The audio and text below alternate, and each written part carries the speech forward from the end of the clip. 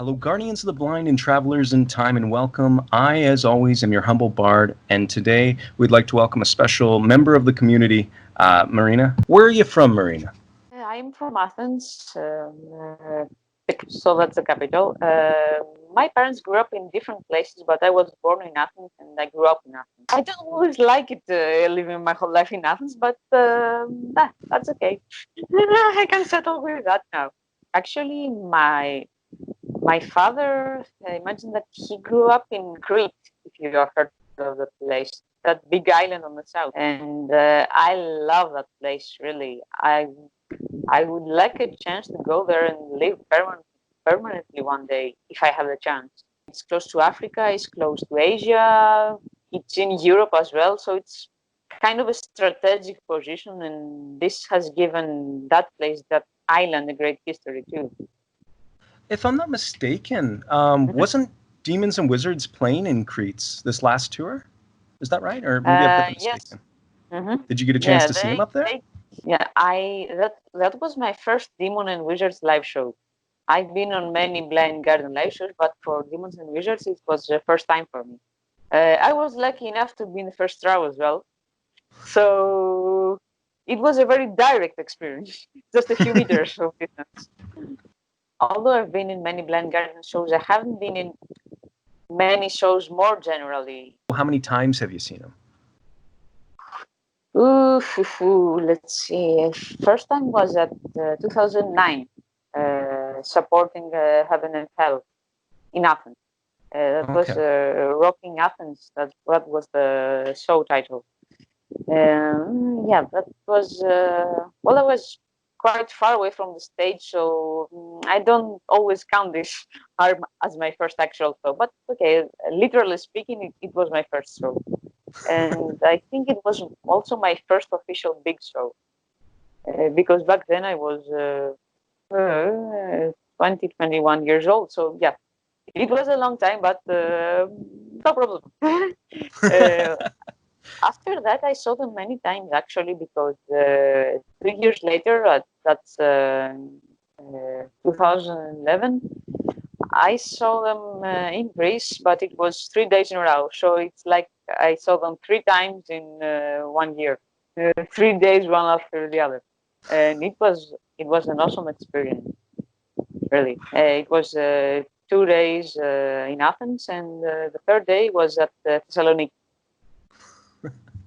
Wow. And after that, I saw them the next year at 2012. I also saw them 3 days in a row because again it was 2 days in Athens, 1 day in Thessaloniki, and so yeah, I saw them plenty of times because after that year, each time they came in Greece, I was there. There was a third day at Thessaloniki, which I had to miss because of my job. And anyway, that year I had purchased the ticket already, so I just talked to a friend of mine who was going to go to the show, and I asked him to find someone else who wanted to go to the show but couldn't afford to buy the ticket. So I say, that's okay, take my ticket. I don't want any money for it, and give it to someone who wants to come and doesn't have the money for it. So I think it went for a good cause at least.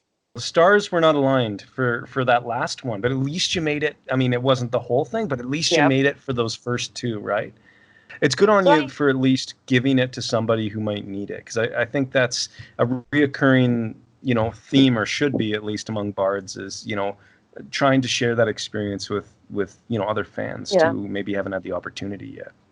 Yeah. Yeah, and I really didn't care about the money because if, well, for me, for example, Blind Guardian is my favorite living band, and even even more because they're my favorite living band. I love sharing this part of the experience to be able to, for example, uh, to give my ticket without asking any money for it. I wouldn't do it for everyone, obviously, but I feel very, how can I say that, emotionally attached to my favorite artists and bands. So that reflects from things like this, or from scheduling a mini journey from one city to another just to enjoy a show. And I think that's maybe the best atmosphere a good metal fan should have. Obviously, you're very passionate about it, like so many of us. You run the Blind Guardian Greek fan Facebook A Greek page. fan club. Yep. Yeah, I'm stuttering over myself. I apologize. But the community, it seems to me, and I've touched on this with a lot of other fans as well, but all of us seem to have this experience with the community where you can go without a friend to a Blind Guardian show and wind up with several. Can you share a couple of community stories that you ran into with other bards? You mean meeting new people? Sure. Yeah. Meeting new people or any fun stories you have would be great. Yeah. Actually, now I run the official Greek fan page on Facebook, but it was not always like that, because that Facebook page started at 2010. I became an editor about 2 years ago, because typically that page has 4 different editors. But the last few years it was not very active. So that was about 2.5 years ago. I asked something from one of the editors. Okay, until that day, all the editors were my friends. So actually, I just wanted to ask something to one of them, who was actually the creator of the webpage. I think it was just about the problem that I saw what was happening with the webpage, and I couldn't post something that I wanted. And he decided to make me an editor. At first, I was surprised. I said, "What? Am I dreaming? Is this reality?" But it was a little bit like a half dreamy situation. I say, "I'm editor of the page now. Wow, yippee!" And yes, since it was a very this action had a great sentimental value for me, and since that day, I try to do my best to improve the page, and I think actually that up to a point, at least, I made it, because I fixed the description of the page. I made it more internationally accessible, because most descriptions were written in Greek, for example, and I got some feedback from friends from other countries which said that, "Oh, that page seems very interesting, but it's all written in Greek." So I was reluctant to go and explore it. But so I fixed that. I made it. Since that day, I made all the descriptions half in Greek, half in English. So whatever I post in there, I post it in the both languages, and this way, it's much better accessible, I believe. Wow. And that's awesome. It's cool that you saw the need. It wasn't just because it's a Greek fan page, right? So, you'd be forgiven for being like, no, it's just got to all be in Greek. And, it doesn't matter, how accessible it is to the rest of the world, right? Because it's the Greek fan page. But I just try to think of it like a like a circle in a way. If the whole world is a circle, yes, well, if you want to make more people know about it and just spread the good word about the bards, well, after a point, you have to make it more international. Have you found that it's changed your fandom at all? Has it made you a stronger fan or altered your perception of the band? I'm a stronger fan now, but it's a combination of a lot of things, I would say. That page has played its role, yes, but one thing that is about meeting the band themselves and the impression I got from them as people. That's one very important factor for me, because for me to consider a band or an artist to be the best, I have to appreciate them as personalities, or else they're just won't be my favorite ones, even if they're the best musician in the world. If they're a bad person, for me they won't be the best. For someone to be not only a good artist but a great artist or the best artist, they should have some good personality traits. And getting to meet the band, that happened at 2012. Practically, I met them all because there was a small. I met them all in person. There was a small backstage meeting with the band for a very limited amount of fans that year in Athens. And so I met them, all four members. We talked. We shared some experiences. They signed countless stuff as well. And for me, that was a huge part of making me a stronger fan, because you see that and not just a difference from a studio album to a live show, not just the sound, it's the people behind the sound, and they're great people. I really love their personalities, and for me that's one of the most important factors in making me a stronger fan as well, because you see that you invest a part of yourself for people who deserve it, and I believe that they really deserve the love from their fans.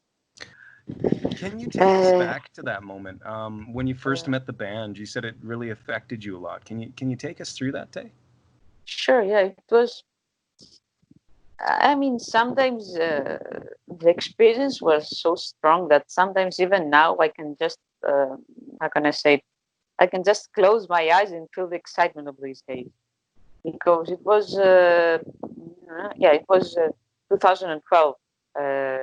The previous year I had seen them, like I mentioned to you before, 3 days in a row, and that year at 2012 it was going to be a 3 days in a row too,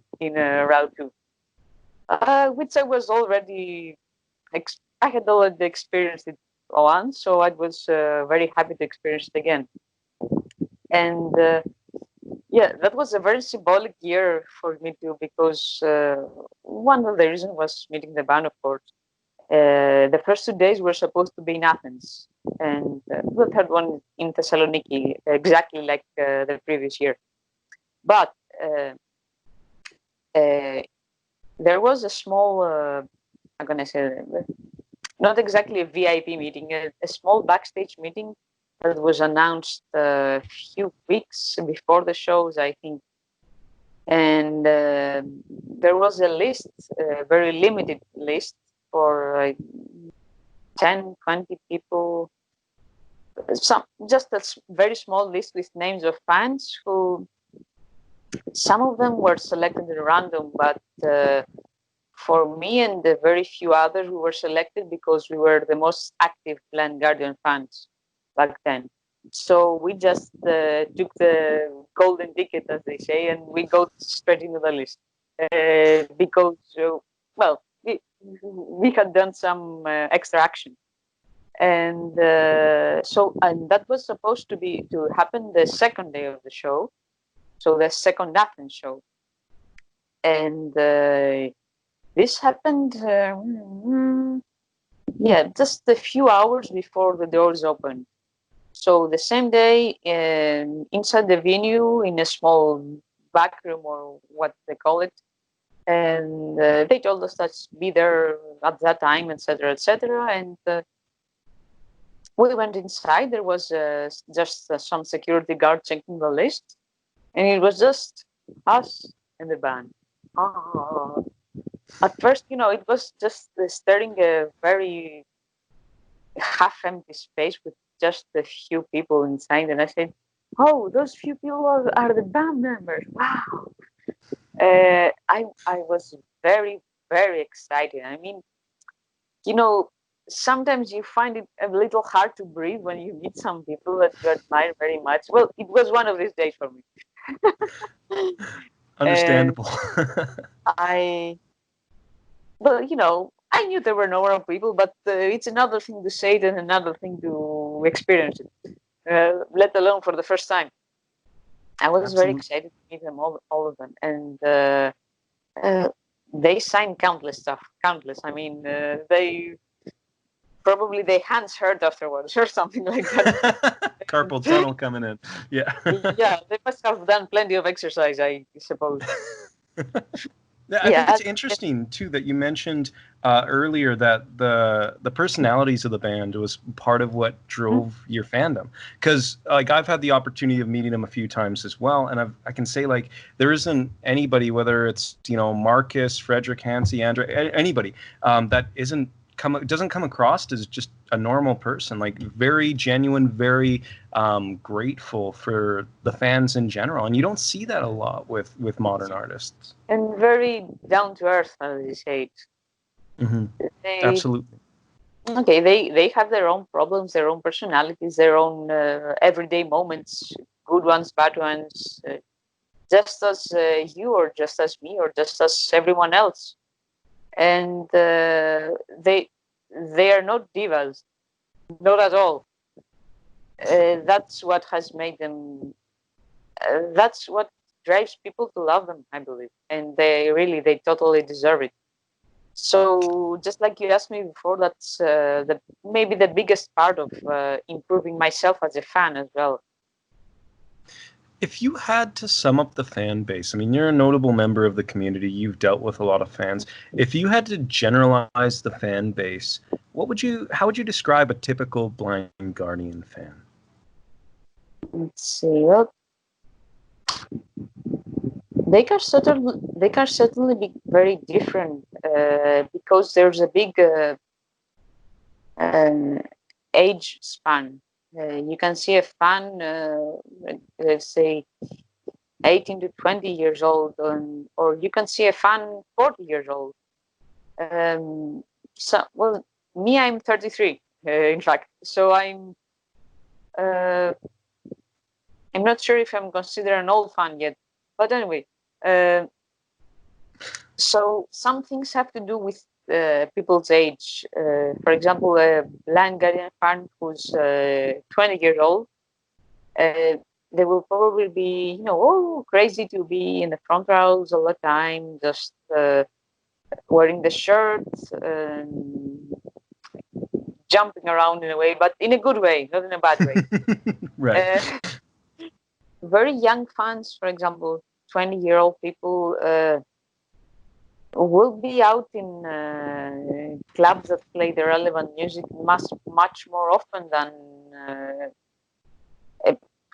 someone who's 40 years old, for example.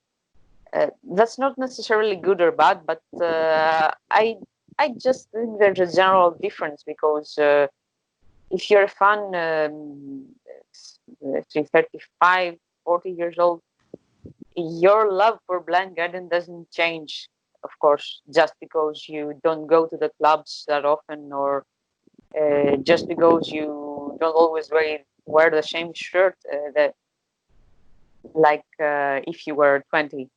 You just find different ways to express it. I mean, maybe you don't just jump around that much, but you still love some things very, very much, and that hasn't changed at all. That's just because you age.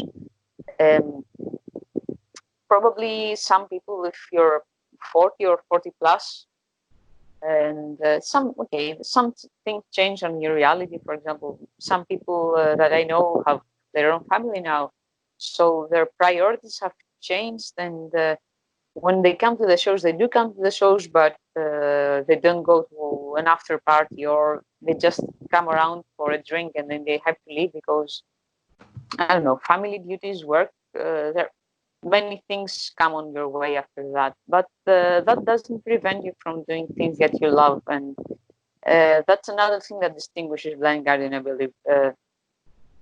I've seen almost any Blind Guardian fan that I've met. They're very friendly people, and they're willing to help you when they see you and you're a new fan.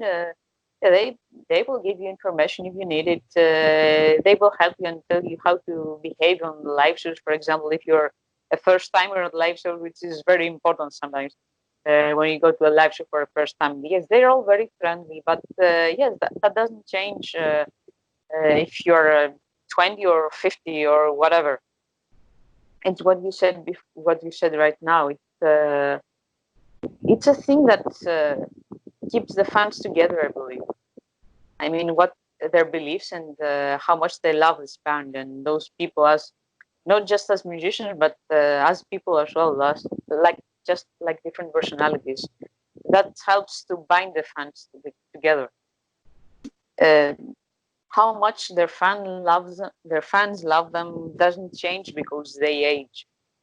Uh, they just find different ways to express in them. They don't give up on them as artists. I mean, yeah, probably things change on your everyday life as the years go by. But well, what you have inside here never changes. Oh, and one more thing before I forget it. That year I had a very strange idea, which I discussed with a friend of mine, one of the other editors of the Greek fan page. And so we discussed and they said it's okay, etc. So I decided to do this. I love cake, and what I did was I made some cakes, some cookies and little chocolates and truffles with strange flavors. So I made, well, I think it was 3 big boxes or 2 big boxes, and I took them with me at the meeting. And I gave them to Hansi and I say, hey, that's for you. I got a surprise for you all. And so I gave him the cakes. And I told him it's a gift from me, which was a gift from me, of course. And he was a little surprised. I said, and he said, what? Uh, so I gave him the boxes and I told him it's a gift from me. And he said, thank you, etc. And he told me, well, you need the boxes back because they were kind of big. And I told him, that's okay, you can give them to me tomorrow. But tomorrow would be at Thessaloniki in another city. And he said, wow, you're coming tomorrow as well? I said, yeah, sure, you can give me the boxes back tomorrow.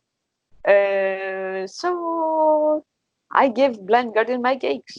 And that was on the second day of the 3 shows. In the third day, it was at Thessaloniki, and I had met some people already from the previous year. I had met the other editors of that fan page, and we were like small little friends teams back then.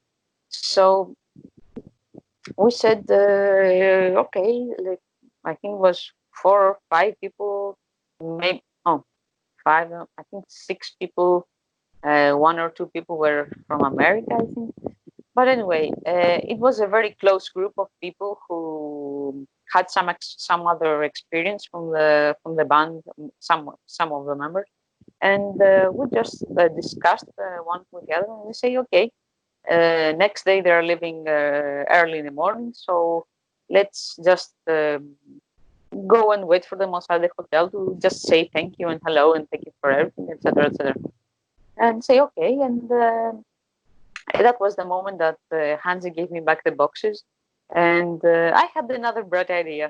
And I think it was a few years before that, I had bought a little booklet with blank pages, and I had started using them. I had started using that for autographs from various bands and artists, and I had that booklet with me, and because I wanted an autograph from them, and I mean apart from the pictures, etc.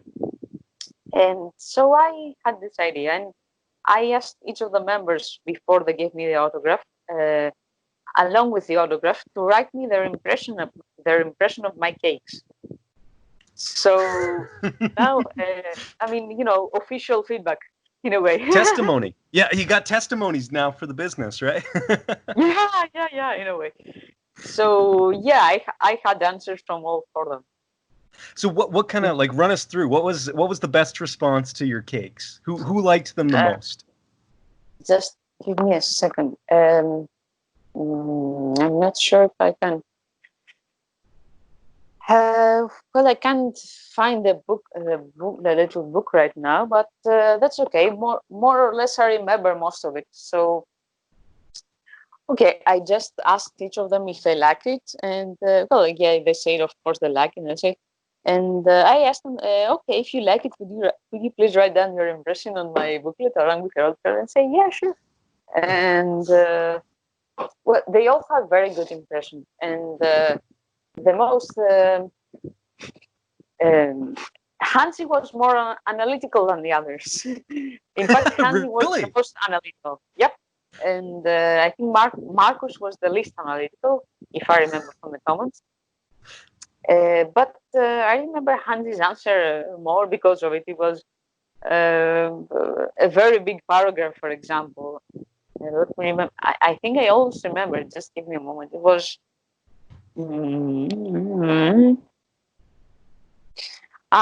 And I don't know if you remember, but there was a year when Hansi mentioned he was jogging a lot.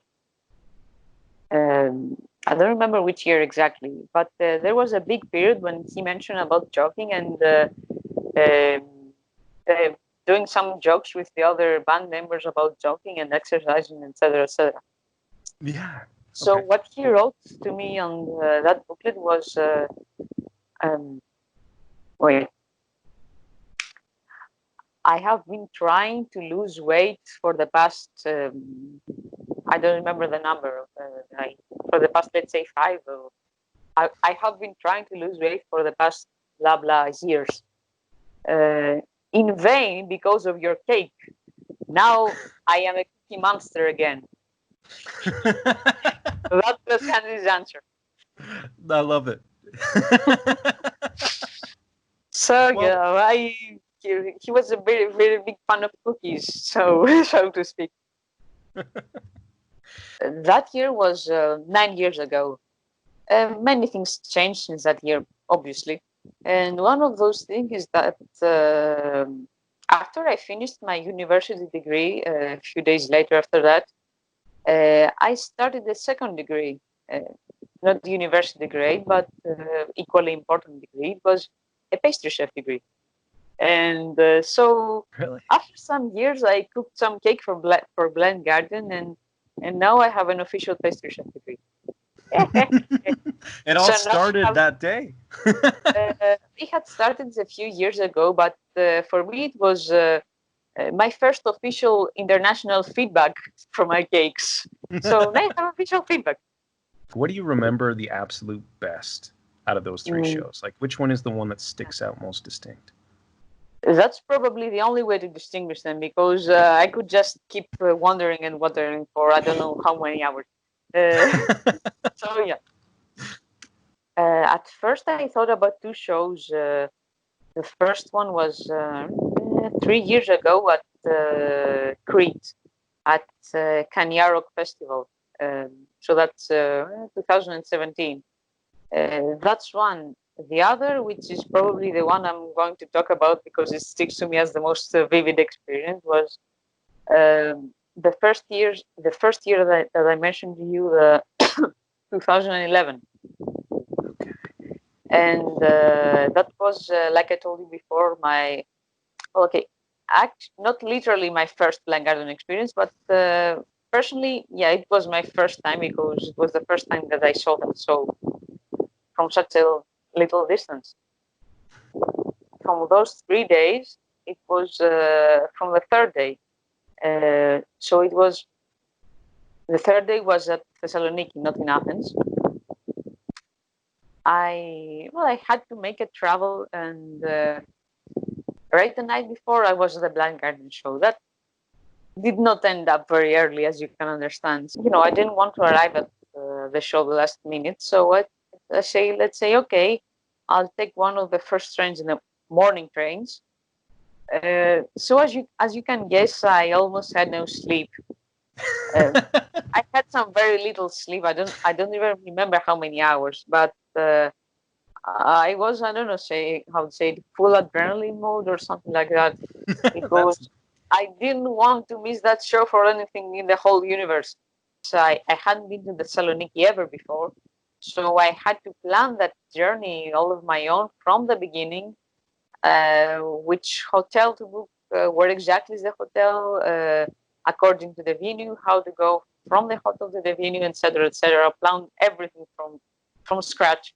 and I hadn't done that journey of my own ever at all. I hadn't traveled to another city of my own. Really? But yep, and so that show helped me to organize all that for the first time, and I organized everything, and it all went very, very well. It's like how to say it, there's an expression about that, like a Swiss watch, something like that. When everything goes smoothly, how you planned it, Right. Yeah. it was it all went smoothly. Yep, it sticked out on me because of the journey that I just described you from that. It was a first time for me for many things. I mean, separate from the ride, so it's like improving myself as a person as well, thanks to those shows. I liked that venue more than the venues in Athens for some reason. It was a different atmosphere, and I was just gonna ask. I felt a little different. I was able to reach the front rows then because the two previous days I wasn't able to reach the front rows. I think I was in the second row or something. But at Thessaloniki venue, it was a little smaller and it was outside of town, if I remember well. So that made it a little easier if you were waiting outside the gates a bit early. It made it a little easier for you to reach the front rows when you get inside. So it was for me. It was the first time at the front row at the Blind Guardian show, and that's what made it stick around like a more vivid experience. The first days of May of that year, so not exactly in the heat of the summer, and not exactly in the middle of the summer, but other than that, it was not an open up place. It was a how do you call it? A closed venue. Okay. Uh, it was. It's not an open up space. It was a yeah middle sized, I would call it. Okay. But it was very. How can I say this? It gave you the impression like you were in a very big cave. Uh, you could call it a toilet hall in a way. So the atmosphere was better matching, even better than some of the venues in Athens, which might be bigger, but they were more like typical venues. This one at Saloniki was a little cozier, I would say. Usually the most impressive part, for example, if you were asking me for a different day, for example, the previous day or something, I would say the most exciting moment was the first moment that the intro notes just hit your ears. That's the moment you think, wow, it's on. I'm on it. It's really happening. Um, if you were asking me for another day, I would say that moment. But for that day, yeah, I'd say that that's the second best moment because the first moment from that day was uh,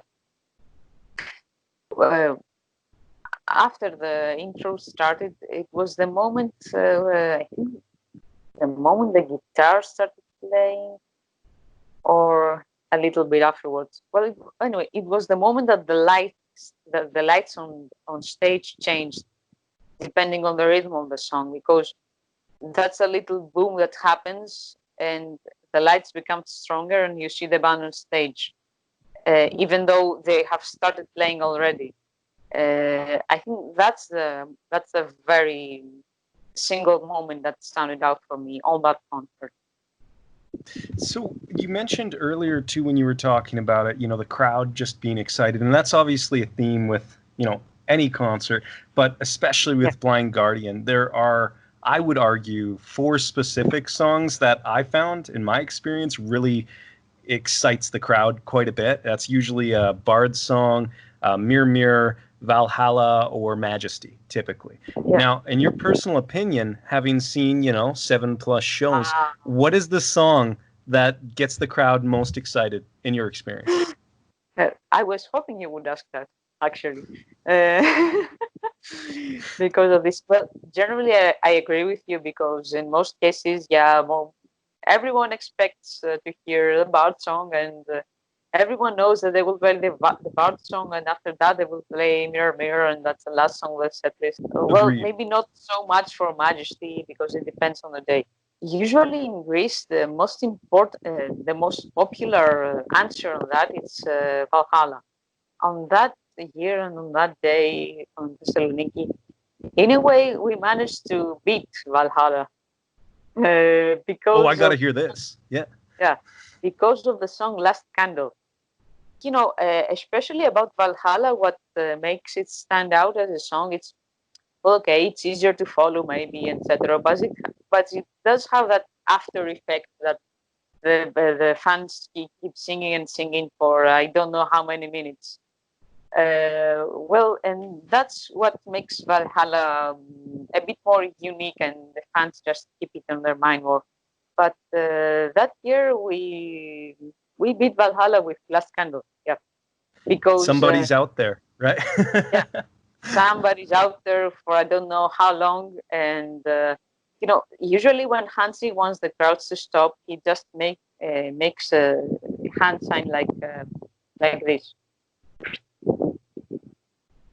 It's like asking us to stop in a way. Well, that usually that almost always works, but for some very mysterious reason, that day did not work. So he did this once. No, somebody's out there, etc., etc. He did this two or three more times. Still nothing. It's like they hadn't noticed him. And as a joke, he just turns to the rest of the band and say, "That's okay, you can leave now." And just Marcus and Andre pretend to say bye, bye, and they just pretend to leave. And well, Hans tries once or twice again to stop us. They just don't get the point because they just keeping and thinking, and Hansi starts to, you see the the strange expression on his face, and after that you see the Andre and Marcus and Frederick just waiting in the corner, and they have an expression of, oh my, those guys are never going to stop one day. And, and it was very funny to hear that. I mean, you could see it in their faces that they knew we would probably never stop, and so just Hansi does the only thing that he could do to stop us. He just takes the microphone and makes a huge scream like "Stop!" And that was the only way to stop us, and he managed it after a very big amount of time. So yeah, that year we managed to beat Valhalla. Now, with having gone through some of the best memories, some of the just great stories that you've shared with us here. To you, what really makes them so different from every other band?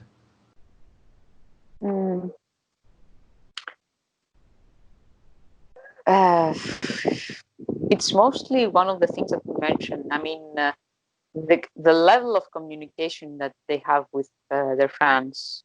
I mean, they appreciate what we always do for them.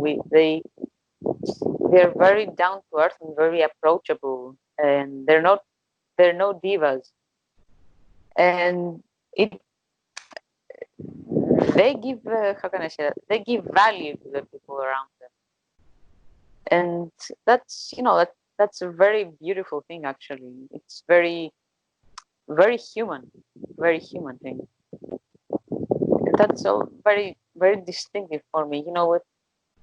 In a, nowadays most people don't treat you well anyway, even if they're not famous, let alone if they are famous. Absolutely. So I believe that's what uh, maybe you can call it an aura or something, having a magical aura around you. But I think for me that's the most important thing. It's how do I say it? In a way, it's the air around them. They inspire you in a way.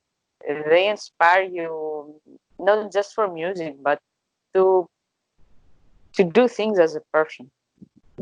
I think that's the most important thing. It has helped me in many ways, and that's what fuels my passion for that. it also does help me to never give up on things. Because, for example, I remember that okay, I have this problem with my life now, or this thing with my everyday life, or lately I've been fighting with everyone about everything, etc., etc. But I can think of myself, for example, that oh, that year, that day, let's say I talked with Hansi, or I talked with Marcus about that, or no, I made the joke and Marcus laughed and blah blah blah. They, in a way, they create memories, and just because they're so nice as people, those memories are what stay in your brain, and it just, in a way, they leave their mark on you, on your personality, and that's something that you always keep with you. That's a very genuine and well thought out answer, Marina. Thank you so much for coming on and sharing so many stories that just were really unique, and that you can tell the passion behind it. So it was a pleasure for me to meet another bard. The pleasure was all mine, I'm sure. Well, fans, this closes another chapter in podcast from the Twilight World. We'd like to thank Marina so much for coming on. If you ever have the opportunity to try her cakes, Hansi has personally attributed it to his physique, and evidently they're irresistible. So if you ever get the chance, definitely do it. And of course, go and check out the Greek fan page as well on Facebook.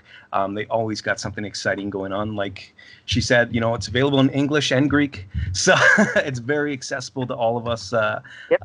And we hope you enjoyed this episode. If you did, please hit like and subscribe if you're on YouTube, if you're on Spotify, if you're on Apple Podcasts, wherever you listen to this. Thank you so much. And with that, let's leave it to the memories of Kissed by Twilight. Podcasts from the Twilight World would like to thank Acoustic Guardian for providing the breathtaking cover of And Then There Was Silence, my wife April Bell for designing the cool crest and logo for the podcast, and of course all the bards from the Twilight World, and those listening, thank you.